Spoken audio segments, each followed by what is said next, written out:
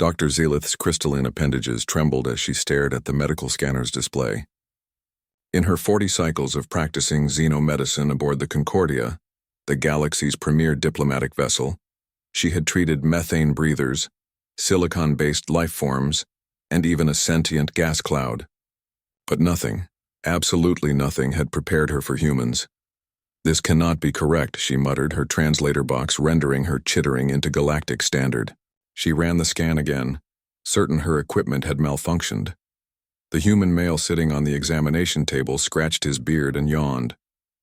"Something wrong, Doc?" Lieutenant Marcus Chen had reported to the medical bay for his mandatory monthly checkup, expecting the usual routine: height, weight, cardiovascular assessment, and the peculiar fascination every alien doctor seemed to have with human bone density. What he hadn't expected was for the Velkari physician to look at him like he was a walking apocalypse. "Your stomach acid," Dr. Zelith began, her voice modulator crackling with what Marcus had learned to recognize as stress, "registers at a pH of 1.5. Do you understand what this means?" Marcus shrugged. "That I need antacids?" "It means," the doctor continued, her carapace flushing from blue to an alarmed purple, "that the hydrochloric acid concentration in your digestive system could dissolve our hull plating. The very walls of this ship would corrode if exposed to what you casually contain in your abdomen." Marcus blinked. Yeah, bad lunch today. The calf served that Rigelian curry. Probably why my stomach's acting up." Dr. Zelith's optical sensors widened to maximum aperture. "This is your stomach acting up? What is it like when functioning normally?" "Pretty much the same," Marcus admitted, rubbing his midsection. "Maybe pH 2 on a good day?" "Look, Doc, is this going to take long? I've got bridge duty in an hour." The physician's appendages began entering data frantically into her terminal. "Lieutenant Chen, I must ask, how are you not dissolving from the inside?" "Evolution?" Marcus offered helpfully. "Our stomach lining regenerates completely every few days. Pretty standard stuff." "Standard?" Dr. Zelith pulled up a comparative analysis on the holographic display between them. "The Velkari digestive pH is 6.8. The Saurians, who we considered apex predators on their homeworld, maintain 4.2. The Cathaks, whose warrior caste can consume nearly anything, peak at 3.1.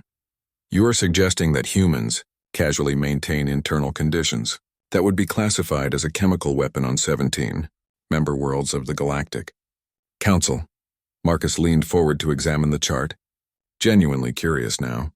"Really? Never thought about it that way. What about Clarnians? I shared a drink with Lieutenant Vornak last week. He seemed pretty tough." "Clarnians have 3 stomachs with a combined pH of 5.6, Dr. Zelith explained, her academic instincts overriding her alarm. "Vornak likely spent 6 hours in regenerative therapy afterward, trying to process the beer you shared. He filed it as a training exercise rather than admit a beverage nearly killed him." "That lightweight?" Marcus chuckled, then caught himself. "Wait, is he okay?" "He survived, though he now tells younger Clarnians about the legendary human endurance trials he participated in." Dr. Zelith's appendages sagged. A gesture Marcus had learned indicated exasperation. "You've been poisoning the crew."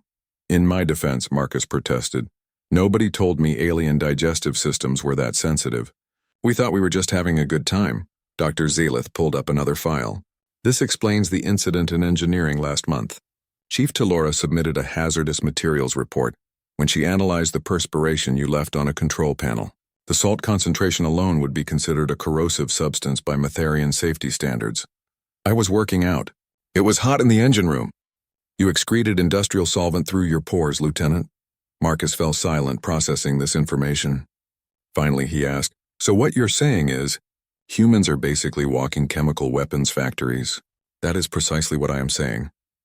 Dr. Zelith brought up image after image, bacteria cultures from his skin that would be lethal to most species, the oxygen concentration he required that would cause oxidative stress in half the crew, even the mechanical pressure of his handshake, which registered forces that could fracture Velkari bone analogs. "Your species," the doctor continued, "evolved on what we are now classifying as a Class 12 death world. Your sun bombards you with radiation that necessitates a built-in repair mechanism for cellular damage.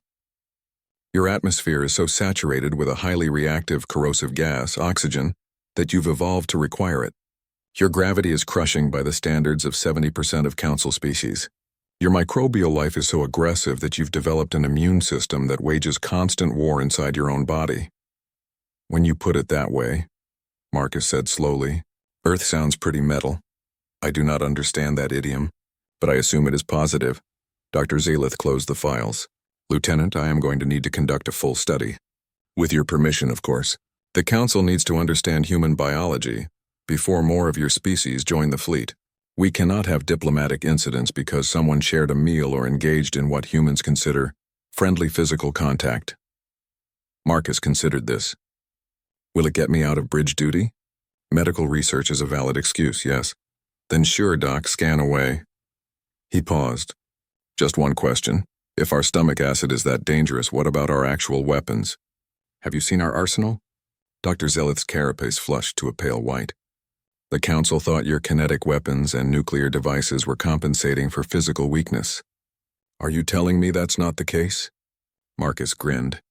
Doc, our weapons are powerful because we're strong enough to use them without killing ourselves. We built tools to match our environment. The physician was quiet for a long moment. Then she asked, how did any other species ever consider going to war with humans? Ignorance? Marcus suggested. Most people don't think about the fact that we're from a death world. We look friendly enough. You look friendly, Dr. Zalith agreed. Right up until a medical scan reveals you're carrying enough corrosive substances in your body to eat through a starship.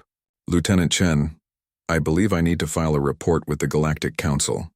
Humanity's threat assessment may need revision. Marcus hopped off the examination table. Just don't make it sound too scary, Doc. We're trying to make friends out here, not terrify everyone. I will be factual, Dr. Zalith promised, though I suspect the facts themselves will be sufficiently terrifying. As Marcus left the medical bay, Dr. Zalith returned to her terminal. She began her report. Recommendation for Human Integration Protocol Revision. Treat with extreme caution. Despite friendly demeanor, humans are ambulatory chemical hazards from a Class 12 death world. Approach with respect and, if possible, protective equipment. She paused. Added one final note. They are also apparently unaware of how dangerous they are. Do not inform them. It might give them ideas.